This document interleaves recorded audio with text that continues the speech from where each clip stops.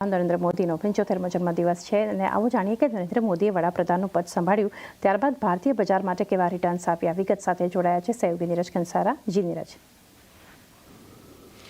જે ખાસ કરીને વડાપ્રધાન મોદીનો આજે 75મો જન્મદિવસ છે અને આપણે જોયું છે કે આ સરકારમાં છેલ્લા ઘણા સમયથી કે આર્થિક સુધારા પર જીએસટી કે એવા પણ સુધારા પર ખાસ કરીને ખાસો એવું ફોકસ કર્યું છે ને એ બધાની અસર આપણને ખાસ કરીને બજાર પર આવતી જોવા મળી છે. તો જુઓ છેલ્લા 26 મે 2014થી અત્યાર સુધીની વાત કરી લઈએ કે જે દિવસે તેમણે વડાપ્રધાન પદ સંભાળ્યું હતું તો નિફ્ટીની અંદર તમને ઓલમોસ્ટ 243% રિટર્ન જોવા મળ્યા છે. એટલે નિફ્ટી ત્યાંથી લગભગ અઢી ગણો જેટલો થતો જોવા મળ્યો છે. નિફ્ટી બેંકમાં પણ જુઓ ઓલમોસ્ટ અઢી ગણો આપણને ત્યાંથી થતો જોવા મળ્યો છે અને નિફ્ટી મિડ કેપની અંદર તો ઓલમોસ્ટ 4.5 ગણો અહીંયાથી આપણને થતો જોવા મળ્યો છે અને સ્મોલ કેપમાં પણ અહીંયા આપણને એક સારા એવા રિટર્ન આ સમયગાળા દરમિયાન આવતા જોવા મળ્યા છે. કયા સેક્ટર્સ તમને ખાસ કરીને ફોકસમાં રહેતા દેખાયા તો ઓટો સેક્ટર અહીંયાથી સૌથી વધતું દેખાયું છે. આઈટીની અંદર જુઓ 3 ગણો વધારો થયો છે. એફએમસીજી 2 ગણું થયું છે. ફાર્મા સેક્ટર હતું એના લગભગ 2 ગણા આપણને વેલ્યુ થતા દેખાય છે. એટલે ખૂબ જબરજસ્ત રિટર્ન અહીંયા સેક્ટોરલ ઇન્ડાઇસિસ પર પણ આવતા જોવા મળ્યા છે.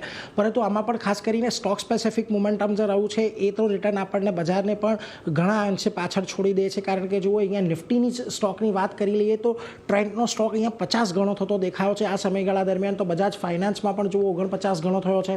અડાણી એન્ટરપ્રાઇઝ પણ 38 ગણો અહીંયાથી થતો જોવા મળ્યો છે. આ ઉપરાંત તમને ભારત ઇલેક્ટ્રોનિક્સ છે, બજાજ ફિનસર્વ છે, ટાઇટન છે, આ બધામાં પણ તમને એક જોરદાર રિટર્ન આ સમયગાળાની અંદર જોવા મળ્યા છે. ખાસ કરીને તમે બેન્કિંગ સેક્ટરની વાત કરો પેસ થોડીક ધીમી રહી છે પરંતુ અહીંયા પણ તમને એક રિટર્ન તો સારા જ પોઝિટિવ જોવા મળ્યા છે. મેઇનલાઇન બેન્કોમાંથી જોઈ લો ICICI bank, HDFC bank, Kotak bank, અહીંયા તમને એક સારા 3 થી 4 ગણા જેટલા રિટર્ન થતા જોવા મળ્યા છે. તો જે નાની બેન્કો છે એવું small finance bank, federal bank, SBI bank, ત્યાં પણ તમને રિટર્ન્સ જે છે ઓલમોસ્ટ 2 થી 3 ગણા જેટલા થતા અહીંયાથી આપણને જોવા મળ્યા છે. પરંતુ જે ખાસ એક્શન રહી છે મિડ કેપ અને સ્મોલ કેપમાં રહી છે. કારણ કે અહીંયા અમુક જગ્યાએ તમને ખૂબ અદ્ભુત રિટર્ન જોવા મળ્યા છે. જુઓ એપીએલ અપોલો જેવા ટાયર 70 ગણો થયો, ડિક્સન ટક 50 ગણો થયો, સોલાર ઇન્ડસ્ટ્રીઝ 46 ગણો થતો જોવા મળ્યો, મઝગાંવ ડોક જેવો કાઉન્ટર પણ અહીંયાથી 40 ગણો જેટલો આપણને વધતો જોવા મળ્યો છે. તો સ્મોલ કેપની અંદર પણ કંઈક આવી જ પરિસ્થિતિ છે. જેબીએમ ઓટો કે જે ખાસ કરીને ઈવી બસને લઈને તેમનામાં પણ એક બહુ મોટું પરિવર્તન આવ્યું, 76 ગણો ત્યાંથી થતો જોવા મળ્યો. નવીન ફ્લોરિન 59 ગણો, ન્યૂલેન્ડ અને પીસીબીએલમાં પણ એક દમદાર રિટર્ન આપણને જોવા મળ્યા છે. પરંતુ આ સરકાર જ્યારથી પણ આપણે કામકાજ કરતી દેખાય છે ત્યારથી આપણે જોવું છે કે પીએસયુ સરકારી કંપનીઓનું કામકાજ સુધરતું દેખાયું છે. વર્કિંગની અંદર સુધારો થયો છે અને એની અસર આપણને એના રિટર્નમાં પણ જોવા મળી રહી છે. કે જ્યારે બીઈએલની તો આપણે વાત કરી 23 ગણો આ દરમિયાન થયો છે પરંતુ રેલવે સેક્ટરમાંથી જો આરવીએનએલ, આઈઆરસીટીસીમાં પણ એક બમ્પર રિટર્ન તમને અહીંયાથી આવતા દેખાયા છે લગભગ 17 ગણા અને 10 ગણાના.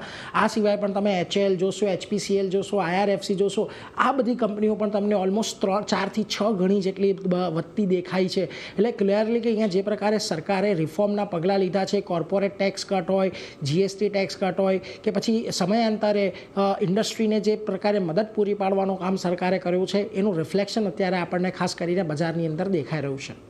નીરજ, આભાર આપનો આ સમગ્ર માહિતી માટે. તો ખાસ કરીને પીએમ મોદીનું જેમણે વડાપ્રધાનનું પદ સંભાળ્યું ત્યારથી લઈને અત્યાર સુધીમાં માર્કેટના જે પોઝિટિવ રિટર્ન્સ આપણને સેક્ટર્સના સ્ટોક્સના જે મળી રહ્યા છે એના પર આપણને નીરજે ડિટેલ્સ જણાવી. આગળ વધીએ.